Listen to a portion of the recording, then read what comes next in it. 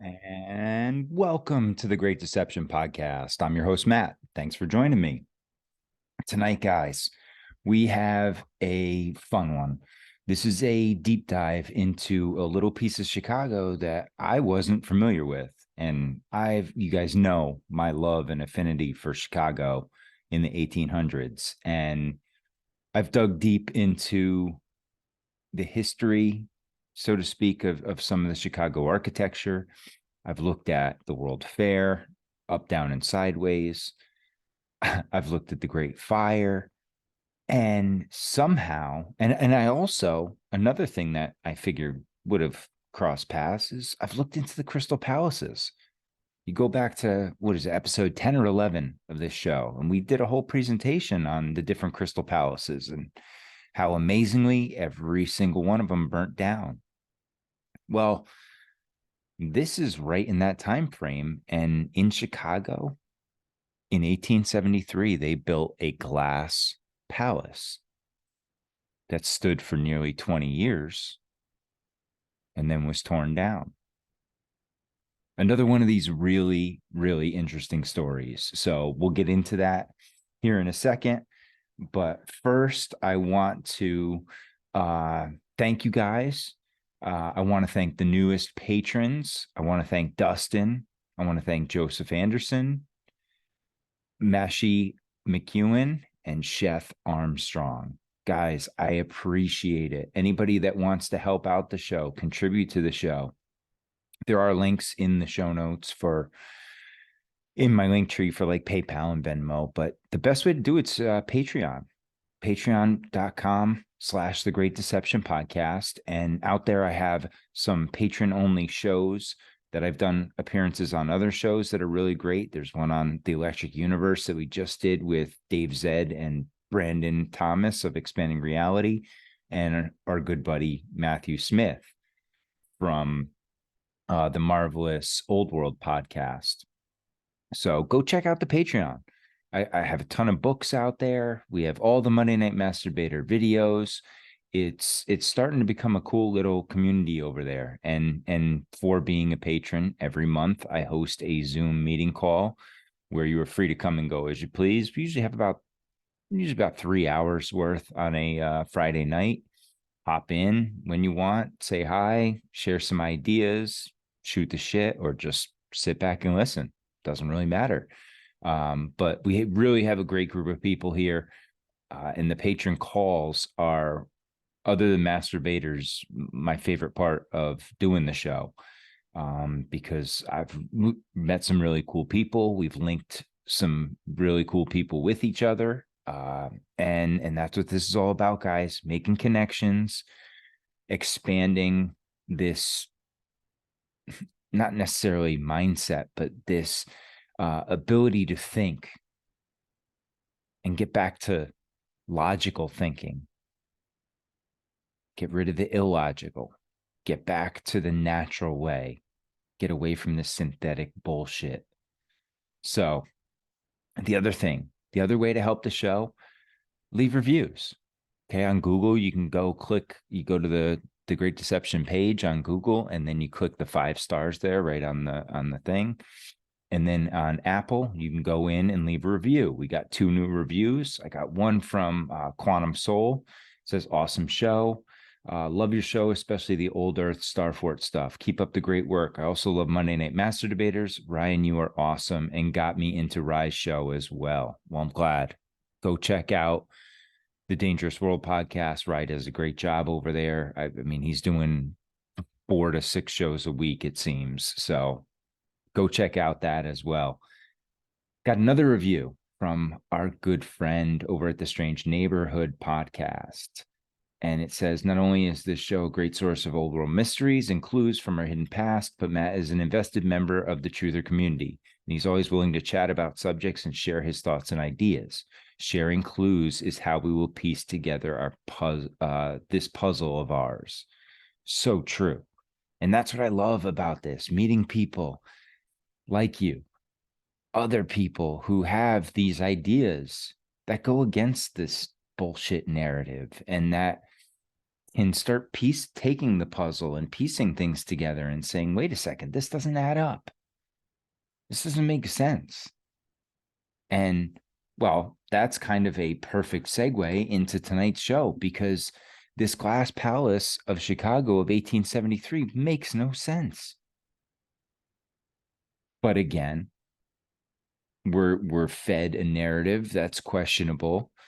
There's some shady characters involved. There's some unbelievable timelines. And I mean, okay, so just looking at it, and guys, I highly recommend going over to Spotify or the Patreon and checking this episode out. Look at it. It looks like a crystal palace. Okay. And if you don't remember, all right, what are the Crystal Palaces? Well, in London in 1851, we had the original Crystal Palace, and this thing was massive. It covered 18 acres, almost 1 million square feet of exhibition space. It was 1,851 feet long, had an interior height of 128 feet, and contained over 3,300, there's that 33, iron columns, and incorporated 10 million feet of glass, 600,000 cubic feet of timber. I mean, this is a massive structure, guys. And it said this was a modern representation of modern architecture and modern industry that was developing with the Industrial Revolution. And this structure was 3 times the size of St. Paul's Cathedral. And anybody knows St. Paul's Cathedral? It's large. Now, here's the kicker. It was constructed in 6 to 9 months. Now, not only that, it was developed in 10 days. Paxton came up with the idea in 10 days for this massive structure, this glass, which at the time was just beginning to be mass produced. Okay. And they only had 2,000 men working on it, but they got it done in 6 to 9 months. Seems reasonable. Okay. Now, the interesting thing about it is when it was done, they tore it down and they moved it. And so they moved it from London over to Sydenham. And it's like, okay. And when they put it over there, they used it as a palace school of art, science, and literature, and the Crystal Palace School of Engineering. So for 7 decades, it was on display. And then, of course, it was burned in a fire. Now, one that looks very similar to the Chicago Glass Palace, we'll call it, is the New York Crystal Palace of 1853.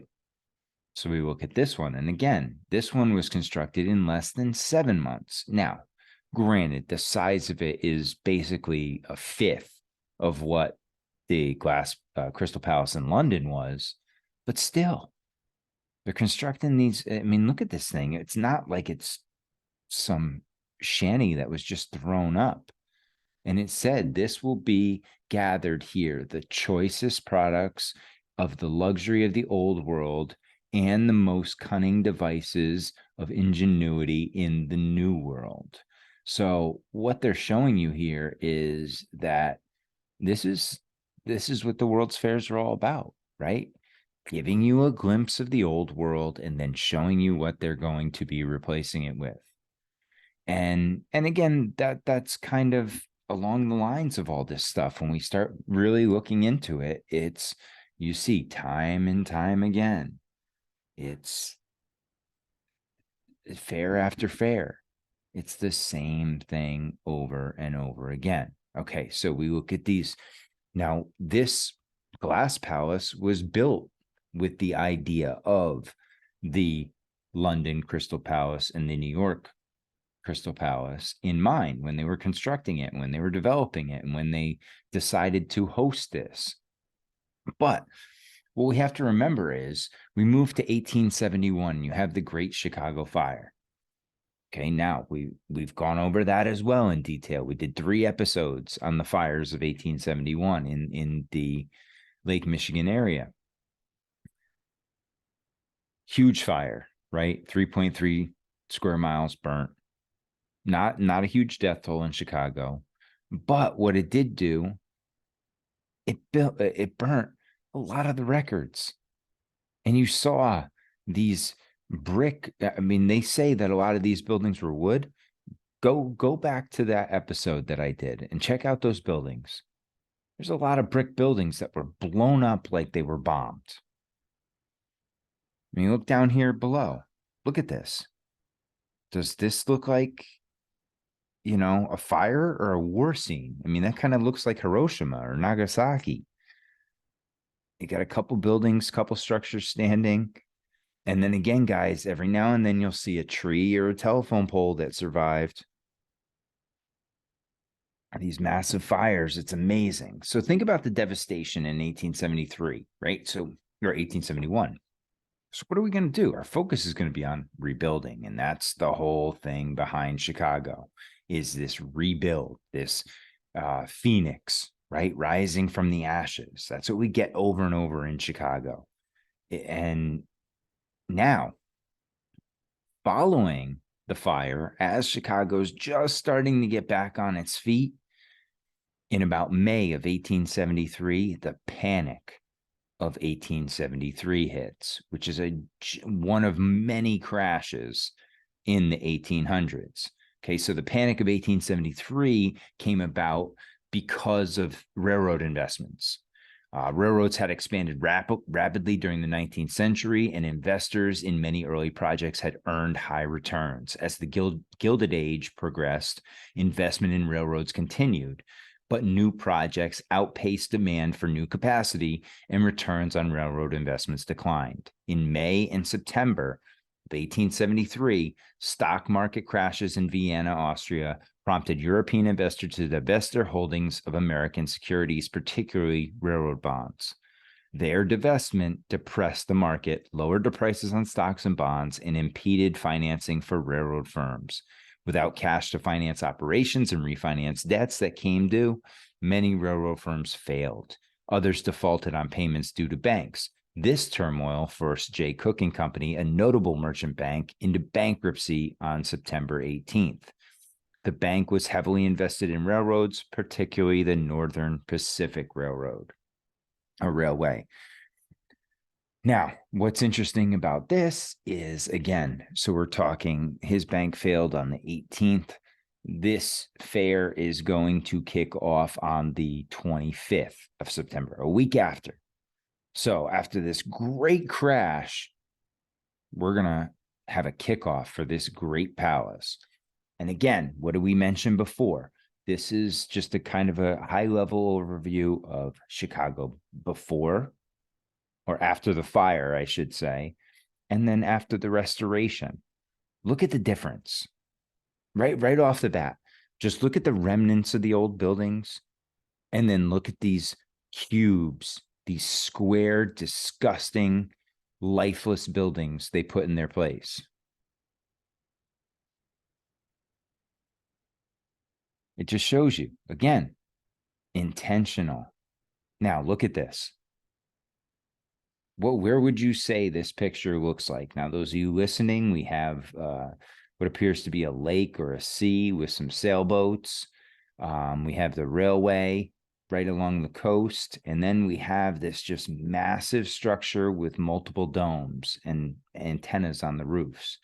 Beautiful red roofs. I mean, in this picture, and it's just it looks like something out of, what you would say is old Europe, which, may be some of the old US when we get down to it.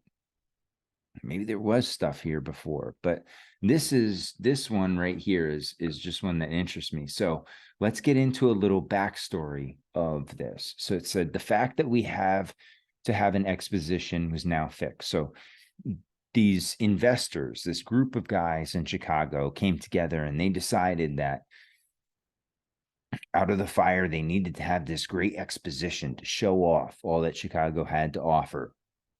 Meanwhile, they're supposed to be rebuilding Chicago, getting it back on its feet. But hey, don't worry about that. We're going to have this massive exposition. We're going to build the biggest building, the biggest convention building in America at the time. And we're going to do it when there's a financial crisis going on. Just a lot of things that make you scratch your head when you think about it. Okay, so here we go. The next meeting was held the 1st of March at the Sherman House when H. Taylor offered a resolution that an exposition be held during the following fall in a building to be erected at Lake Park and the capital stock be fixed at $150,000. This was adopted at once. The capital stock afterwards was increased by resolution to $250K. So they're looking for $250,000 to build this. They're looking to raise it. And so there's this gentleman named G.O.S. Bowen, who is one of the big players behind all this. And he convinces this gentleman, James Nolan, to send a letter to get this thing going. So he says, there will be a meeting of the manufacturers of Chicago at the Gardner House on Monday evening, February 24th. And mind you, this is February 24th of 1873. To consider the matter of holding an exposition in our city this year in connection with the exposition of the Woolen Manufacturers Association. Manufacturers receiving this circular will please reply at once and forward any suggestions that you may have in reference to the importance of holding an exposition this year, which will embrace all classes of industry. The meeting will consider the expediency of changing the name of the association so it may embrace manufacturers of not alone textile fabrics in the West and South, but of all classes of manufacturing interests. The question of having Western and Southern textile productions represented in the forthcoming centennial at Philadelphia, also whether it is practicable or desirable for the manufacturers to send samples to the Vienna Exposition by order of the committee from James Nolan. Now, again, you're seeing the centennial is the Philadelphia Exposition that we went over in our U.S. World Fairs episode back then too. So we're starting to see the different players. The ball is starting to roll on this. Okay, now again, let's go back and look at this because this is one of the things that I keep going over and over and over. It just doesn't add up. We start looking at the population numbers. Now, you go back to 1830, which is just 7 years prior to this, and I have other charts like this, but this is one from the recent research. It's 50 people in 1830, but yet somehow they're doing around $20 million worth of business for 50 people. Very confusing. But so at the time of the fair, we're looking at about 350,000 population of Chicago, okay, in 1873 after the fire and everything. And so we're getting there. It's starting to grow. You're seeing that little bounce back, that rise from the ashes. So now, what gets this fair going? It's the investors. Obviously, I mean, these are the guys in the bowler hats, the guys who have one hand in their pocket. These are the guys who are in control. These are the big players at the time, whether it be Chicago or elsewhere. So the investors, prominent Chicago businessmen, including Potter Palmer, Cyrus H. McCormick, and R.T. Crane, intended the exhibition to highlight current manufactured goods across a very broad spectrum, such as brick-making machines, carriages and wagons, fire extinguishers, and sewing and diamond cutting machines. Many of the manufacturers and vendors were based in Chicago or had regional offices in the city. So that's one of the big differences you'll see between this exposition and the World's Fair in 1893. In 1893, Daniel Burnham brought in a lot of outsiders, and that pissed a lot of people off. Brought in a lot of New Yorkers, brought in Hunt from Kansas City, brought people from all over America to kind of bring in the best of the best. This were mainly Chicago local guys. Okay, and what were they putting out? They are going to put out what is called the Inter-State Industrial Exposition of Chicago, and it ran from 1873 until 1891. So good 18-year, 19-year run. Now in the inauguration,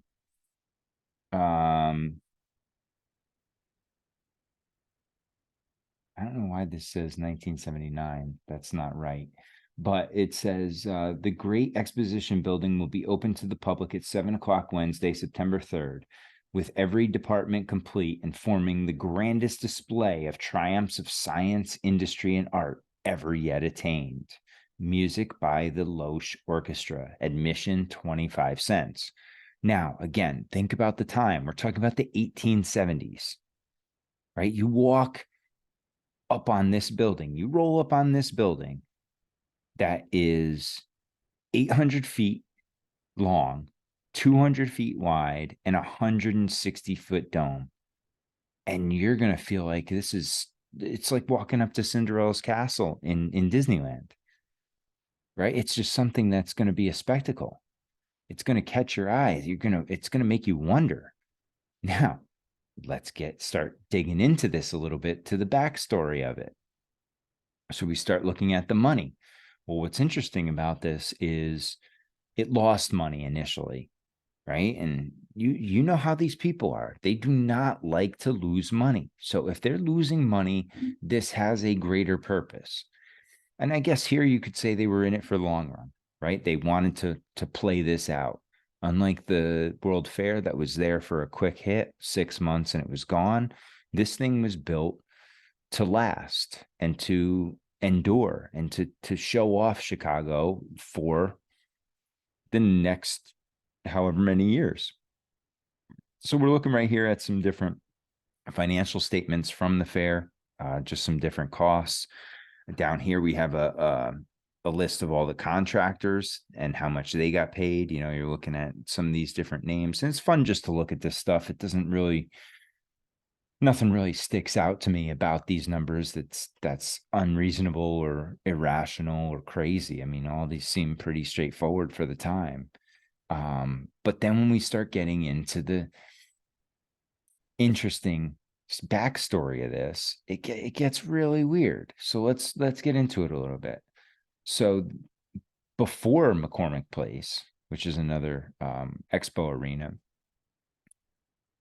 the Glass Palace of Chicago, as it was known, would be the largest building on the continent until it was replaced in 1893 by the manufacturers building in the World Fair. But some 87 years before McCormick Place, Chicago had a grand exposition building. On September 25th, 1872, the Chicago International Industrial Exposition building opened on Michigan Ave, now the site of the Art Institute. This huge convention center opened just 2 years after the Great Fire destroyed over 17,000 buildings. That's why this says September 25th, 1872. It's actually 1873.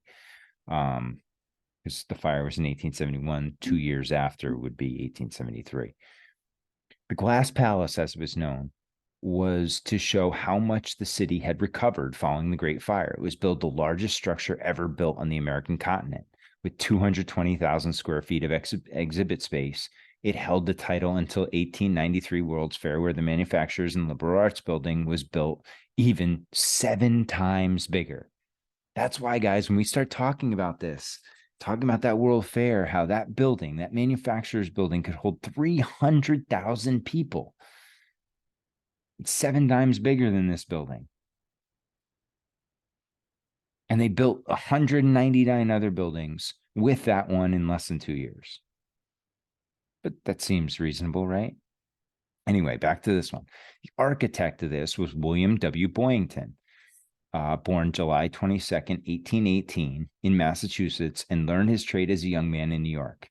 He trained first as a carpenter, then studied engineering and architecture. He's well known for many buildings such as the Board of Trade, Joliet Penitentiary, the Sherman House, the State Capitol at Springfield, as well as the National Historic Landmark Rose Hill Cemetery entrance in 1864, and the Chicago Water Tower in 1869. Now, guys, this guy must be a brilliant architect, engineer, because go Google the Rose Hill Cemetery entrance. This is not your normal cemetery entrance. This is a spectacle. Look at the Chicago Water Tower that he supposedly built in 1869. That's another amazing structure. And then down here, right here, you'll see the new Sherman House that he built. Okay. I mean, this guy must have been a genius. But the expo was open to the public in in September of 1873, and the receipts from the sales of the tickets and other sources that year was 175K. However, the total expenditures was 345K. So it was a deficit of about 170K, leaving them in the red. However, by 1877, they would be a money-making operation, a self-sufficient money-making operation. Okay, so now the building itself cost 280K. Remember, they were trying to raise 250K. It cost a little more than they expected, which is usually the case when you do any construction. But it was built in only 90 days. 90 days. Think about today. You can't even get permits barely in 90 days. They built this giant glass palace in 90 days. The building dominated Chicago's lakefront, standing 800 feet from Michigan Avenue between Adams and Jackson. It was located on the grounds of where the current Art Institute of Chicago now stands, where the Palace of Fine Arts was for the World's Fair. The main entrance was on Adams Street. On the side facing Lake Michigan, there were two entrances on either side of the carriage exit. There were 3 domes patterned after exhibition buildings in London and New York, which are the 2 glass palaces. The center dome was 140 feet in height. There were 2 other domes, one each at north and south of the building. With the exception of the bricks in the main walls, the building was composed of glass and iron. Right? Crystal Palace. That's exactly what they were. They were glass and iron. The exhibition building was divided into 8 major sections, each representing a category of manufacturing, fine arts, sciences, or services. In addition to the massive exhibit space, the 4-story building contained offices, an art hall, a musician's gallery, a branch post office, a Western Union, and express companies. There was a 50-cent admission for adults, $25 on Saturdays. Both the Republican and Democratic parties held their 1884 conventions in this building. Grover Cleveland became president as a result of that election. So this building has a little history behind it. Now, the interesting thing is, much like the World's Fairs and the Crystal Palaces of past, only one thing survives. And the only thing that survived the demolition was this fountain. Okay. It was built in 1872 by J.W. Fisk Ironworks in New York City at a cost of about $5,000. So if it was $5,000 in 1872, 1873, that's a pretty expensive 1873. This freaking sheet totally ruined the dates. I don't know why. But again, look at this. Look over here on the right-hand side. Look at the building. Look at the size compared to the people. Look at the detail. And we'll get into that a little more as we look at some of these. But Chicago, right? It's one of those cities with a lot of history, a lot of stories. So history tells us of not a city since the world began that has taken such a leading place in the commerce of the world in so short a time as has the city of Chicago. And it is entirely unnecessary to add how much of this is due to many eminent merchants and manufacturers, those who have, by untiring industry and the strict attention to their affairs, enlarged their business and increased their stock, until palatial warehouses reared as monuments to their enterprise and were filled with innumerable goods of value and artistic beauty, not only from our own country, but from many foreign ones. Think about that, guys. That's what we have become. That's what this industrial age has pushed in. The idea or the concept of consumerism, innumerable goods of values and artistic beauty.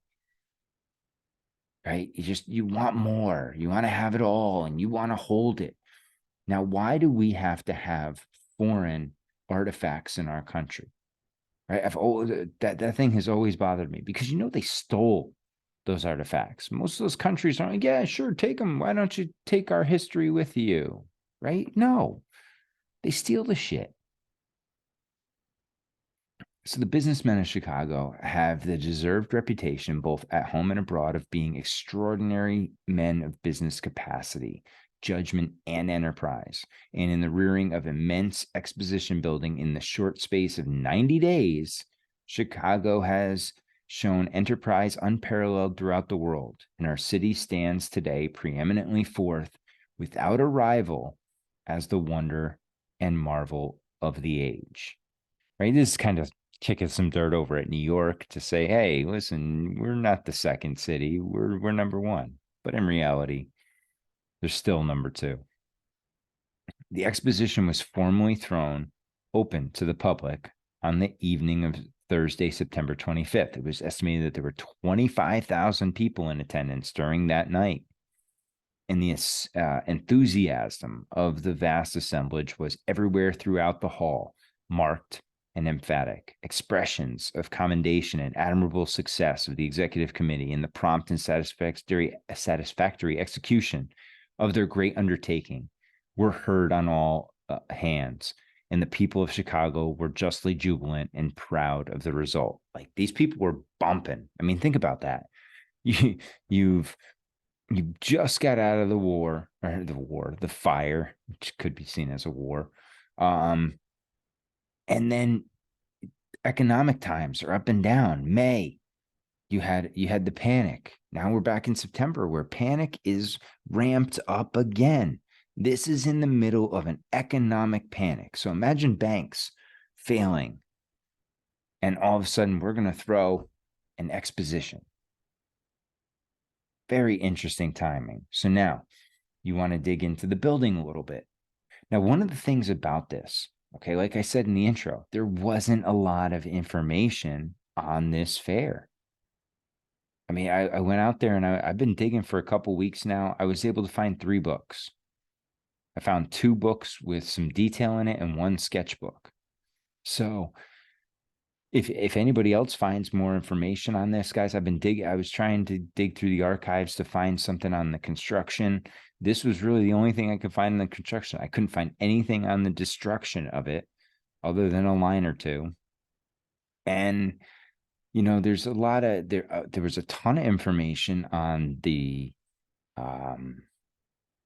the exhibits, the exhibitors, the idea, the concept behind the fair, but the details of the fair, again, kind of sparse. So I'd love to get more information, but I wanted to bring this to you guys. Like I said, I got 2 books from the 1870s on this, and then a 3rd sketchbook that has some drawings and some photos from the era.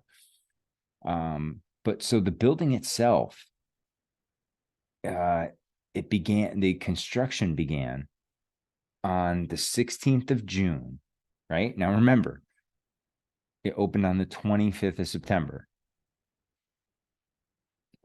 So what are we talking? June to July, July to August, August to September. 3 months. Again, what are we building in 3 months nowadays? It takes them 3 months to fix the potholes out in our street sometimes. 3 months, 90 days, they built this building. It's amazing, okay? So the plans were furnished, as we said, by Mr. Boynton. And of course, he did it on very short notice, and they were immediately accepted by the committee. So Mr. W.L. Carroll was appointed superintendent of construction on the part of the board. The contractors were required to finish the building and have it ready for occupancy by September 15th, 10 days before it was to open. And they would receive $1,000 bonus for every day it was done prior to that day. But on the other hand, they would have to pay $1,000 for every day it was late. Man, imagine if construction worked that way today. Ooh, there wouldn't be a whole lot of construction going on anymore. Under these circumstances, the work progressed with all possible rapidity, the contractors putting on all the men who could find room to work. Again, but it was there wasn't that many people that were working on it. A couple hundred, maybe 1,000 or so, 2,000 working on this thing. The building is 200 feet wide, 800 feet long. It reaches from Monroe to Jackson Street, a distance of 2 blocks. It is as large as the Cincinnati and Louisville expositions put together, and the old Crystal Palace in New York could be set inside of it. Okay, and again, that took about 90 days to build as well, that Crystal Palace in New York, according to the story. It was found necessary to drive piles for the foundation, the ground being made. Again, we saw this at the Chicago World Fair. Remember the pictures where they just had, it looked like telephone poles strewn throughout the swamp. And that's what they're going to use for a foundation for this massive building. Drive piles. All right, interesting. You might want to get into some bedrock if you're really building this thing. But hey, what do I know? I'm just a conspiracy theorist. These piles were of oak, a little less than 2 feet in diameter and 20 feet long. There are 6 of them under either end of each of the arches, making over 300 of them used for this purpose alone, while there are an indefinite number under the foundations of the building. Okay, so think about that in itself. All right. These guys are driving piles in 1870s, over 300 of them used for the arches on either end. And it says an indefinite number under the other foundations of the building. And they did that in under 90 days. Just think about that, okay? And this is why I tell you guys to just rationalize this, because it just doesn't make sense. In a time when they're using levies and or pulleys and levers, we're going to pound over 300 and then indefinite number, and we're going to do it in less than 90 days and build the whole building. The design of the building is virtually new. None of its salient features having been copied from any other plan of a like affair. The rounded roof is supported by 41 howe trusses 20 feet apart. The 6 piles upon which either end rests are capped by oak timbers, 12 by 14 inches in thickness, and the likes capped 4 feet in length. The main sills, which extend across the building and support the trusses at each end, rest side by side upon these caps. Now, the spring of the arch is placed 4 feet above the floor, or 7 feet above the main sill. Each truss has a diameter of 150 feet. The distance of the top of the arch from the floor is 80 feet.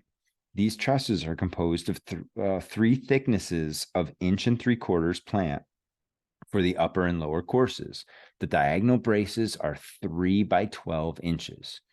For the first 28 feet in height on either end, they are built solid. The arches are sustained by diagonal tie rods and the lowering rod 54 feet from the floor. The back walls are 24 feet in height and stand 15 feet outside the line of the trusses of the foundation. These are the exterior walls of the first story. Receding from these walls are a lean-to, or shed roof, touching the main trusses of the spring of the main roof, which for 17 feet above the point of contact is built of hammered glass. The rest of the roof above that is galvanized iron. The end domes are 48 feet square and 32 feet high to the base of the lantern, which is 140 feet above the floor. The lanterns each have a height superior to its dome of 16 feet, so that the floor to the summit is an elevation of 156 feet. Under the center of the main dome is a magnificent fountain placed in the middle of the basin, 40 feet in diameter, and this is the one that survived. It is profusely ornamented and surrounded by rarest of plants and flowers, interspersed with statuary. Another fountain, scarcely less elegant, is placed under the south dome in the floral department. The building, inside and out, will be trimmed, painted, and frescoed into becoming beauty. Ingress and egress, light and air, are provided for by 18 doors and 152 windows. The entire available space for the purpose of the displays is 5 8/10 acres. The floor room is 253,936 square feet, being over half more than the contained in the Great Palace in New York. It covers nearly 2 acres more than the Boston Coliseum, has nearly 100,000 more floor space than the Cincinnati Exposition building, leaving out our galleries and counting theirs, and is immeasurably superior not only in size, but in beauty of shape, convenience, durability, and general arrangement to any like structure on this side of the Atlantic. The building is put upon ground which was donated to the city of Chicago by the general government for the purpose of a public park. Its present use is contrary to the conditions of the transfer, but the purpose is such a laudable one that no one can raise objection to the continuance of the building upon its present site after the year has expired, the time for which the city council has granted its use to the exposition. Now, this is interesting. Okay, two parts. One, where they're kind of, bragging and rubbing it in New York's face. This seems kind of like a penis waving contest. Like, hey, who's got the biggest dick in the room? It's one of those. Like, who cares? Yeah, you built it bigger. Oh, ours is bigger. Ours is better. Like, all right, I guess. But then you look at this second piece where it says it was donated to the city of Chicago by the government for the purpose of a public park. And although they're not using it as a public park, because this is such a worthy cause, admirable, we'll just forget about the rules and we'll do it anyway. There's something to that. There's something to that land now that they've taken it over and are not going to give it back, because as we see, they just keep building upon this spot. So there's some significance to this spot. And I have to keep digging more to find the history behind it. But this piece of land right here, just off the lake, is very significant because they keep putting significant structures on it time and time again. However, it is so, here we go again, it is so constructed that it may be taken down and removed to another locality at comparatively little cost. So this building that they just threw up in 3 months is, so amazingly constructed that it's going to last for almost 20 years, but it could be taken down and rebuilt somewhere else at little cost and with ease. Guys, this just sounds like bullshit. It's the same thing they said about London, right? You can tear it down and move it. Same thing they said about some of the Canadian crystal palaces. I just don't buy it. Okay. So, okay. It is such a beautiful structure, however, and such an ornament to the park, and so much in keeping with the general idea of the public beneficence, which prompted the generous act on the part of the government, that no citizen of Chicago or elsewhere will be apt to raise a voice against it and demand its removal. It is to be hoped that the building of the great Inter-State Industrial Exposition will remain upon the lakefront for many years to come. And it will, surprisingly. So here we go, the second anniversary. So they made it through the first year. You get to 1874. And again, you'll see the layout. It's a basic standard cigar-shaped layout, but the exterior of the building is amazing. I mean, the domes are intricate. It's just... Now, coins. Okay, I love looking at old coins because they tend to tell a little bit of a story. And so you look at the, we'll start kind of backwards, and you look at the bottom, and this is Chicago burning with an angel up above. And it's basically saying, this is the marking of us at the Industrial Exposition, rebuilding Chicago, getting it back on its feet. And then you'll see some other coins here with the building itself, and then eagle in one of them, the typical eagle with the olive branches in its hand and its claws, and the snake in its mouth. And again, guys, if we look at the inversion, that snake, I'm not buying that the snake is the devil. It's evil. I'm going with knowledge. I really believe that the snake represents knowledge, and that's what they're trying to keep from us. That's what they're trying to destroy. Separate us from the natural ways, separate us from the old ways. So we look, and there were tremendous crowds, right? They said they got 25,000 people the first day. This was a spectacle. People wanted to come and see it. Now, did they come in the numbers that they did for the World Fair? No, I don't think this was meant to be that way. I think this was kind of a precursor to see. This was the litmus test. See what kind of reaction they got for this fair. And, you know, from what I can tell, the reaction was outstanding. People loved it. I mean, it lasted for almost 20 years. And I mean, just look at this rendering. The building, this dance hall is beautiful. I mean, you look at it, you have a nice castle in the background and just a beautiful glass structure, that massive fountain in the middle with the amazing flowers around it. It's just, it's a sight to see. And it's multi-leveled. There's a second level to this. Now, some of the things, right? The appearance of the exposition is by far more impressive and pleasing than that of anything of the kind ever gotten up in this country. Some lofty words right there. This is owing in great degree to the admirable architectural arrangement of the building, the whole display, with the exception of the art gallery, being visible to the eye at a glance. Upon entering, the first object that attracts attention is the Oriental pagoda of Gunther, the great candy man. He has displayed unquestioned taste in getting up the establishment. It is an octagonal, resplendent with mirrors and rich in its burden of all sorts of excellent confections for those who manufacture. Mr. Gunther deservedly has been placed at the head of the line in the trade of Chicago.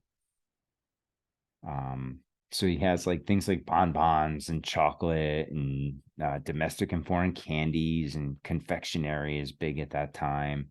And you'll see right here is this little setup, or not so little setup, but a nice setup. And then over here, you'll see this amazing marble and iron soda fountain. Just unbelievable craftsmanship in that thing. So we look, and then you next to in connection with Mr. Gunther's display, over near the door of the art gallery, is Great Matthew's soda fountain, which is undoubtedly the grandest single piece in the exposition. It was manufactured by John Matthews in New York, the largest and finest manufacturer of fountains in the world, and who has taken premiums at London, New York, Paris, and Vienna. This is the finest soda fountain ever made. It is one of the purest marble, with silver and glass stands, nearly 15 feet high, and is in the shape of an octagonal pyramid. With its elegant finishing, it's worthy mentioning as a work of art. Close behind it is the apparatus for the manufacture of the soda water, which operation is open to the examination of visitors. Gunther's soda fountain is continually flowing, 8 men being employed at the fountain to dispense this delightful nectar. And this is kind of an example. This is a later model. I could not find a picture of this octagonal soda fountain of his. But as you can see here from this picture, I mean, this guy wasn't messing around. He was no joke. These are legitimate, massive soda fountains. And here he's got what? 2 main spigots and then 2, 4, 6 smaller ones. So we had some interesting attractions at the fair, right? You had the center fountain, which we talked about before, which was that large fountain direct. Let's see, it was finished by Messrs. Gold Brothers and Dibley. It is 31 feet high from the foundation. It has a diameter of 40 feet. The base is surrounded by an interesting collection of relics from the fire, consisting of melted glass, chinaware, iron, and ruins of all kinds. Now, how weird is that? Around your spectacle for this fair, we're going to have all these ruins from the 1871 fire. In the water, there are 2 floating lilies with streams of water spurting from the blossoms, which will attract attention for their novelty. What's it going to attract attention to? These relics that you have, this kind of little voodoo shop you have set up here? I don't know. It just sounds creepy to me. There are a number of devices forming the subsidiary fountains, which there are 12, including 2 standing caliphs, which are worthy of mention. Around the fountain are groups of statuary and other devices, including a sphinx, griffins, lions, tigers, dogs, etc. In the water are artificial swans, ducks, frogs, etc., all from the firm of Messrs. Gould Brothers and Dibley. So again, you get the sphinx, the griffins, the lions, tiger. Oh man, what a collection. The elevator. So again, they have 1873, they have an elevator. Very few visitors will fail to go up in the elevator. It affords a splendid view of the city and a look across the lake. Besides the ride to the top of the building, which is something to talk about, the elevator is 160 feet in height and was put up by the Crane Brothers Manufacturing Company. The crowd is so great and it being impossible to accommodate all who apply. The managers have decided to charge a fee of 10 cents for each passenger. Now, mind you, that's pretty expensive because the fee was only 25 cents on Saturday and 50 cents any other day. Many persons who use the elevator have ridden up and down them, know little of their mechanism. Here it is, okay, an examination of the self-acting engine, the wheels winding, the wire rope, etc. So they had a self-acting engine running this elevator. Now, there's 2 things that I found very interesting when I was reading through these books. One was this celebrated chrome steel they talked about. Okay, so they talked about this by the Kimbark brothers. They were a big company, but what they said is tests made with this steel at West Point under the supervision of USA officers show the extraordinary strain of 198,970 pounds to the square inch. So it's 99,000 pounds per square inch. The highest ever obtained with carbon steel was 132. So it's nearly, 33% higher again. It is the only steel which would stand the strain required for the anchor bolts and staves to be used on the gigantic bridge connecting St. Louis, Missouri with Illinois, of which Captain Eads is the chief engineer. He makes an elaborate mention of the fact in his report in October of 1871, right? To say they need this new steel to make sure that these things can withstand a fire. But think about that. This is tremendous material we have here. This is the other one that blew my mind. And I knew kind of about this because I've seen it, and I can't remember what it's called exactly now, but they have essentially what is a marble paint. It's a marble plaster that you just layer on like paint, and it looks like marble when you're finished. And I think this is along the lines of that. And this is called Manhattan artificial marble and artificial stone. Now, mind you guys, 1873 again, we're talking about over 150 years ago. Upon the right middle aisle of the south end, just before reaching the small fountain, the visitor will find the space of the Freer Artificial Stone Company and Manhattan Marble Works. The fittings consist of various devices in artificial stone, including a handsome bay window. Mr. George Freer, the original investor in the artificial stone and artificial marble, is a resident of Chicago and is personally superintending his business in the manufacture of marble in the state of Illinois. The works of the company, who cares? It is only manufactured marble and contains the same ingredients as the natural article which is quarried out of the earth.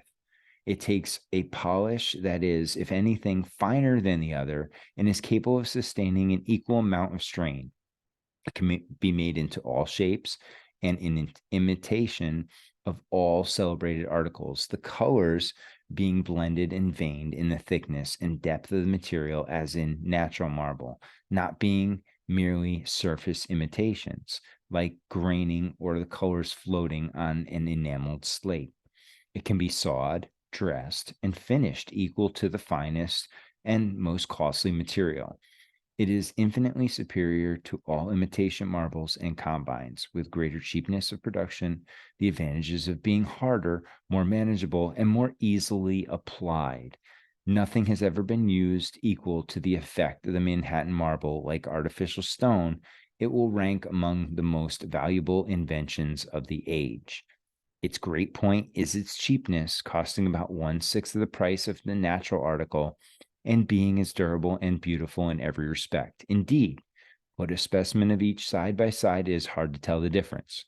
Works for the manufacture of this marble have been established in New York, Boston, and other large cities, extending even to California.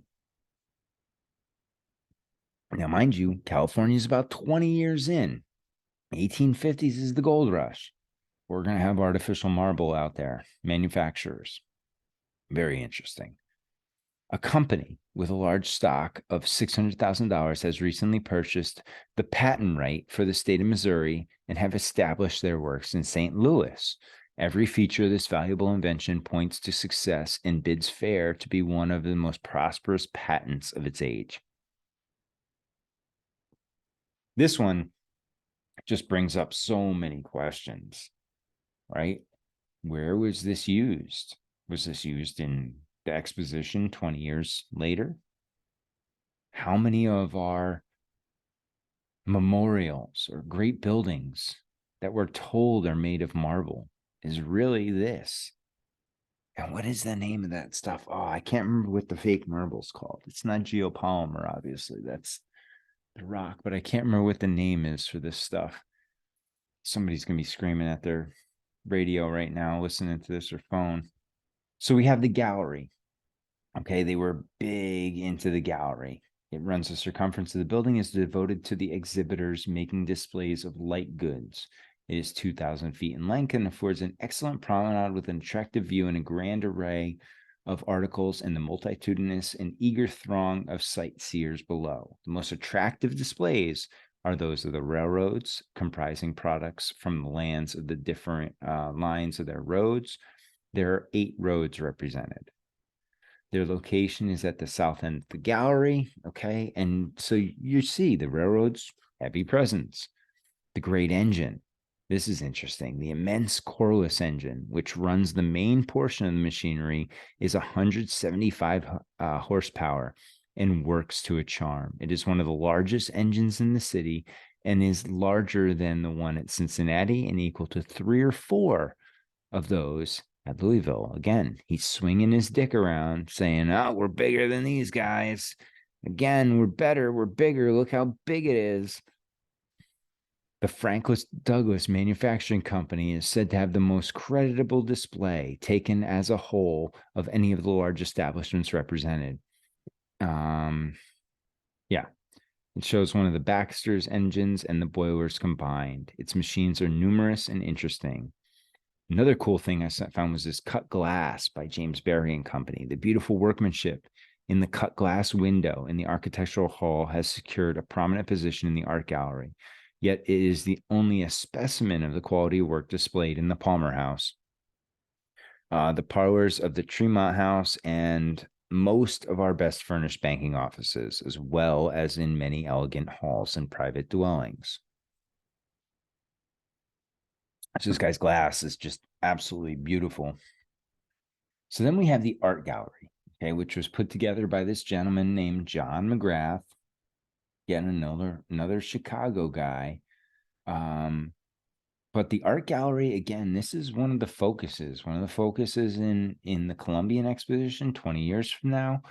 And here was the art gallery, bringing in this culture from other places to replace, to whitewash what actually took place here and replace it with the story that they wanted and the culture that they wanted going forward.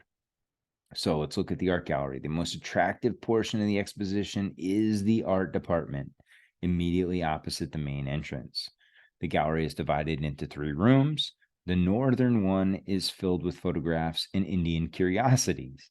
The central hall is occupied exclusively with oil paintings and sculpture, and the southern room is crowded with watercolors, lithographs, engravings, architectural designs, and a variety of ornamental work. As you see these beautiful collections of art. Now look how they have them stacked though. It's like no art gallery you would ever see. They're on top of each other. There's not that much room, and they want to have all of these pieces. So it was only 20 by 120 feet, size area. And it focused on contemporary American art with selections influenced by the National Academy of Design in New York City.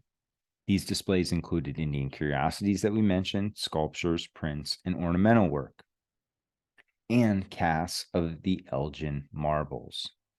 Early iterations of the exposition featured paintings by predominantly American artists such as William Merritt Chase, Frederick Church, Lockwood De Forest, Jean Lafarge, as well as George Inness and Winslow Homer from an earlier generation. However, as American collectors began traveling and buying more artworks in Europe, and more American artists started studying in Europe, the exhibitions became increasingly international and cosmopolitan in content, including such artists as Henry Bacon, Bouguereau, Eakins, Hassam, and Tissot.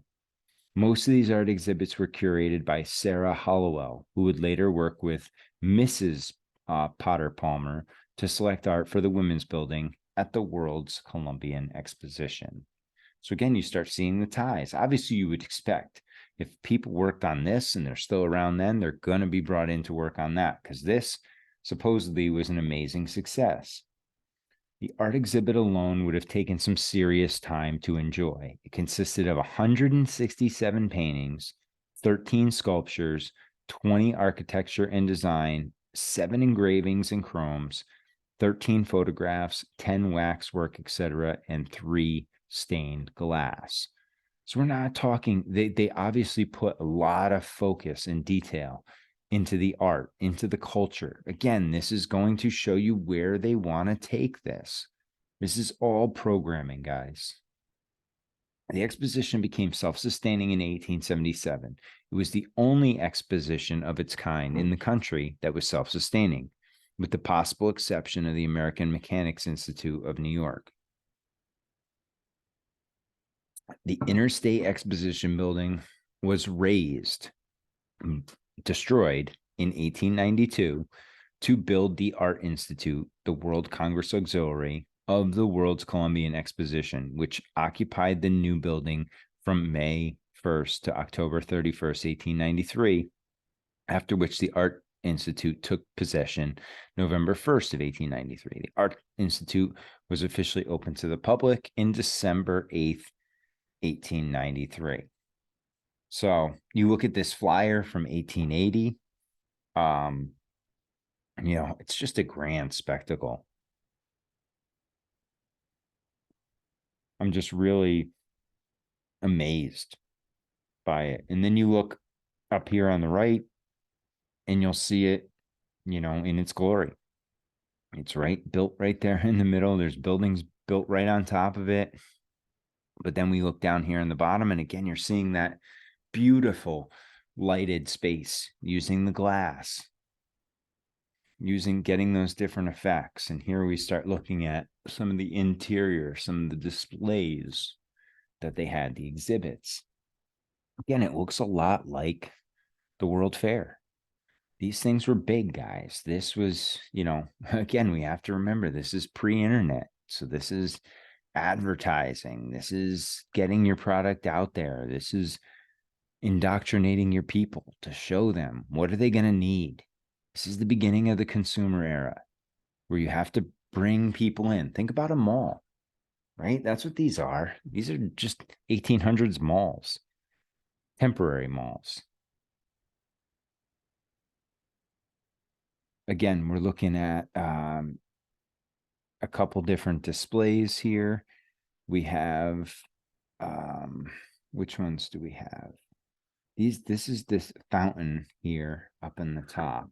So this is the fountain. And then we're looking down here at the main aisleway of the exhibit. And then I forgot what this is. I forgot what Wolf was over here. But again, I mean, you look at the design of the building, it's, man, it's hard to believe all that work, those materials were acquired, shipped, built. Now, one of the things that was done after this was remodeled, and this was constantly changing the exposition, they would always adapt it a little bit every year. And that's how they ended up making money in 1877 and beyond. And one of the ways they did that was they added the Opera Festival Auditorium in 1885. And this was a great auditorium. Able to hold concerts and gatherings and plays and all sorts of stuff. And I love this picture over here on the left because you're getting a glimpse of the day-to-day life, right? That horse and buggy style. But then in the background, again, look at the positioning, guys. It's dead center down that street is this beautiful dome. And I think there's something to that. I don't know exactly what, but there's something to these domes. And, I don't know if we're going to go Freud and go that these are, motherly, feminine energies, or this may be along the realm of the free energy concept, etheric energy concept, harnessing devices, things like that. But I just love this picture because it shows the horse and buggy. I mean, even these old style buildings, they're better than any of the shit that we build today, aesthetically and structurally. Materials were better. Everything was better. And we act like we're so superior to these people, yet we just have better tools. We're just monkeys with good tools, but we don't have the true knowledge, the natural knowledge, the old ways of doing things. We've disconnected from that for this consumerist, this, quick fix, what is it called? I forgot what it's called when you're just throwing out. Nothing's reusable anymore. Everything's disposable. That's it. Disposable is the word I was looking for. Disposable consumerism is what we are trapped in now. I mean, look at this thing. It's a beauty. This was 1874. A flyer for it. It says railroad excursions and cheap hotels, the grandest American exhibition of the year. Novelties in every department. Don't fail to see it. And this was actually one that you could see in a day, right? It wasn't one of those overwhelming things like Chicago where you had to spend multiple days there. This is pretty straightforward. Okay.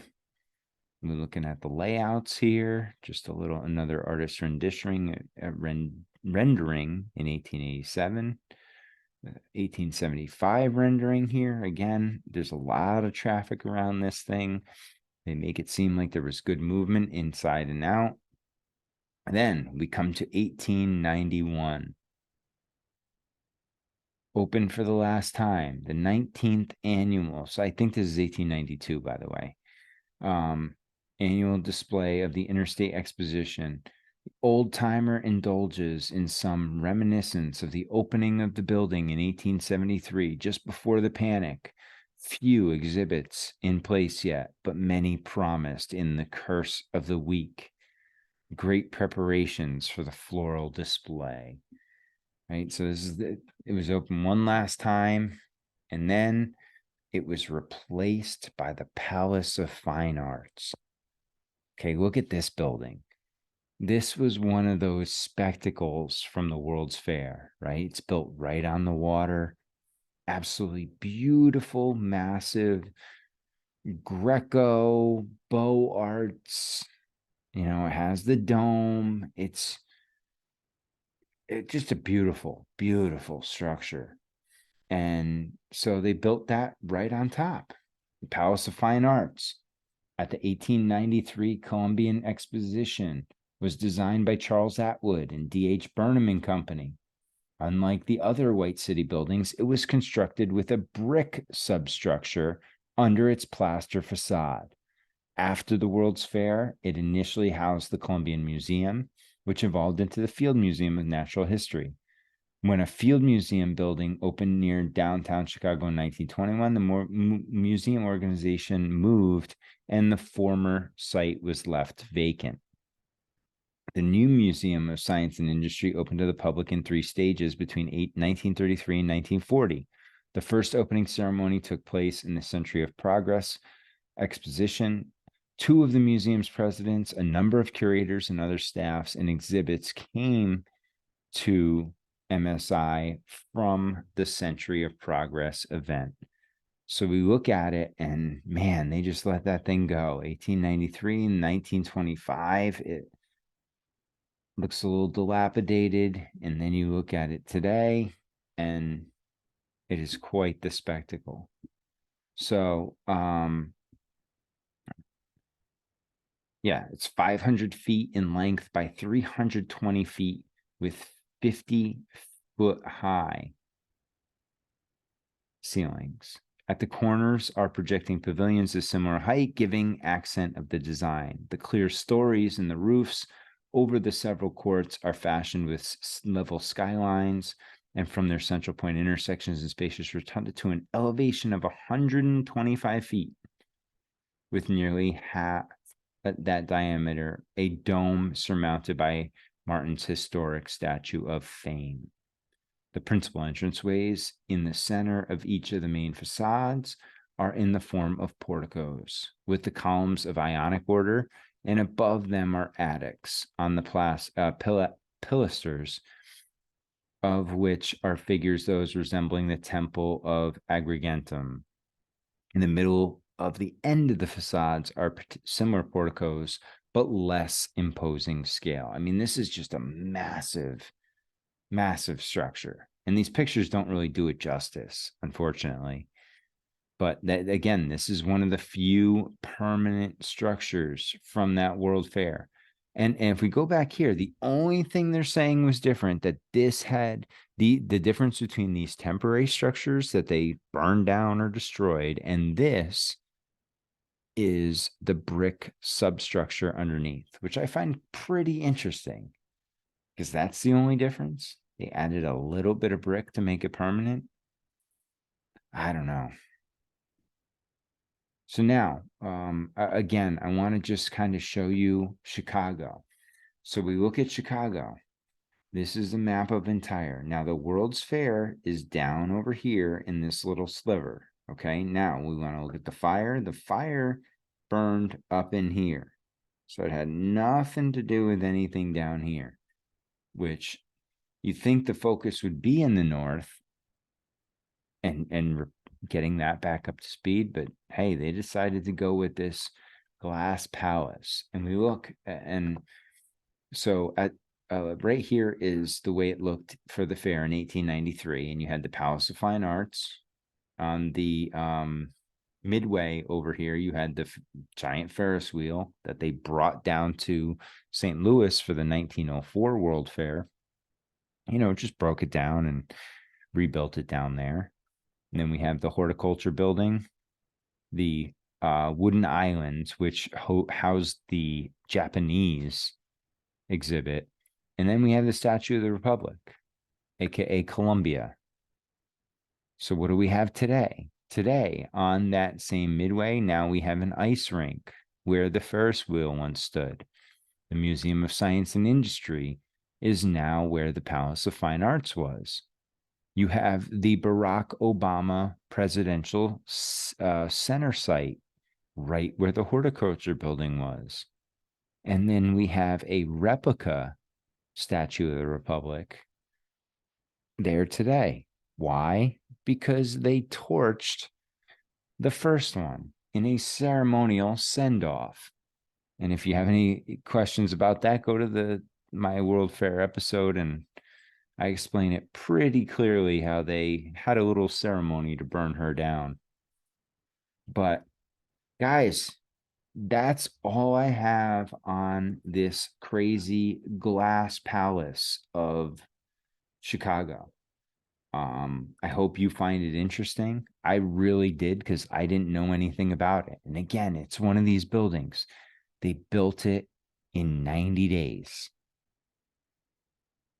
I'm gonna reach out to some of my construction buddies or my construction people out there, listeners, my architects. What do you guys think about this? Is it possible? Does it make sense? Again, this was obviously a permanent structure. It was meant to last. It was meant to be around forever. And then it's such a spectacle. It does its purpose. Then they destroy it for the World Fair. Really, really interesting, especially when you think about the World Fair timing. Where did they want it? Well, some people wanted it in Lincoln Park. Burnham wanted it in Jackson Park.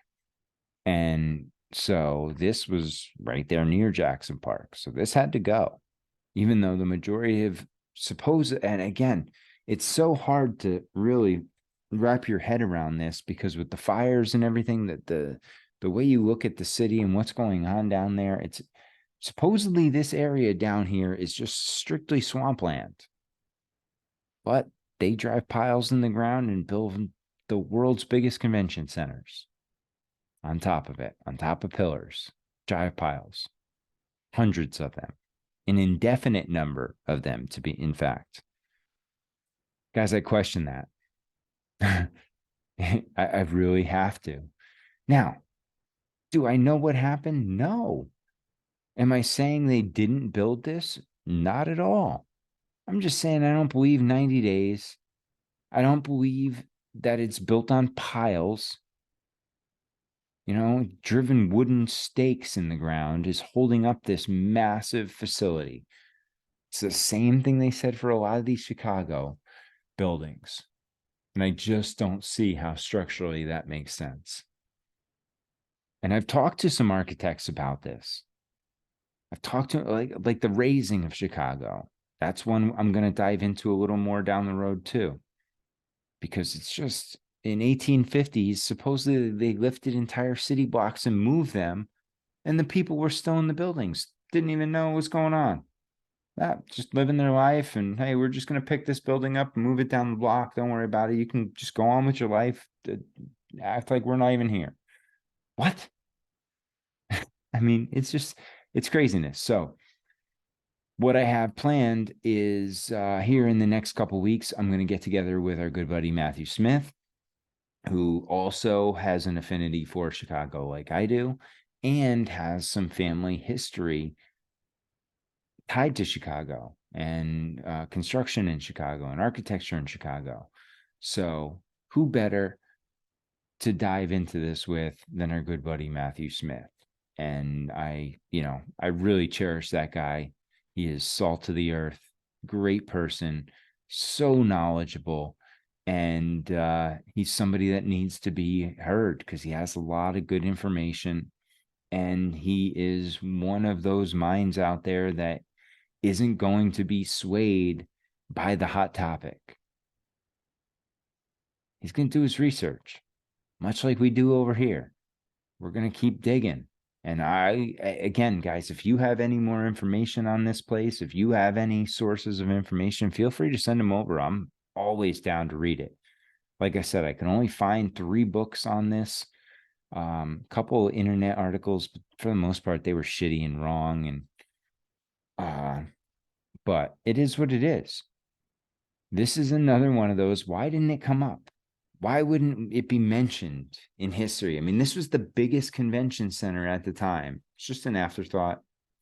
I'd never heard of it, and I've dug, I wouldn't say extensively into Chicago, but I've got probably 25, 30 books on Chicago in the 1800s. And that's how I came about this. I was reading a book that we'll get into eventually by Stanley Applebaum about the photographs of the World Fair, and I'm reading it, and it mentioned the glass palace of Chicago and construction, and how one of the guys that built this or had something to do with the design or building of this was tied in with the World Fair. And I was like, oh boy, I'd never heard of this. So I went and looked at this building. I'm like, holy shit. I sent it to Matthew and said, what do you think of this? He goes, it's a Crystal Palace. Well, yeah, that's Chicago, 1873. I'd never heard of it, and I hadn't either. So again, guys, we're uncovering, we're turning over rocks constantly, finding new stuff.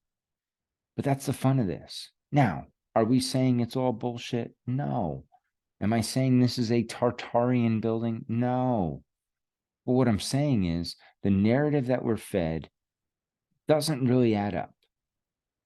Where this building was built, when it was built, how long it took to be built, the materials that were required to build it, it just doesn't add up. And it's a repeating pattern we see over and over again. And there's little documentation, right? You would think that if this spectacle is going up, they're going to be taking pictures of it left and right. I mean, fuck, half you people cannot go a meal without snapping a photo of your plate. Yet these people built the largest convention center in America at the time, and we have zero construction photos out there. Zero demolition photos of the largest convention center in America at the time. None. It just happened. It came and went, and it is what it is, apparently. And that's where I find it hard to believe. So I beat this horse enough tonight. I hope you enjoyed this episode. Like I said, we're going to be digging. We're going to stay in Chicago for a little bit. I got another kind of rant episode I've been working on for a little bit about all the nonsense that's going on right now in the world and what we have to do to stay out of it and make sure we keep our energy invested into shit that benefits us and not get wrapped up in the spider web, not get caught in the traps. So I will be dropping that eventually sometime too. But guys, I thank you. I hope everyone enjoyed. Go check out the Patreon, patreon.com/The Great Deception Podcast for all my video content. And Monday Night Master Debaters. There's about 35 to 40 books out there from the 1800s that are great resources. And if there's anything else you want me to post on out there, let me know.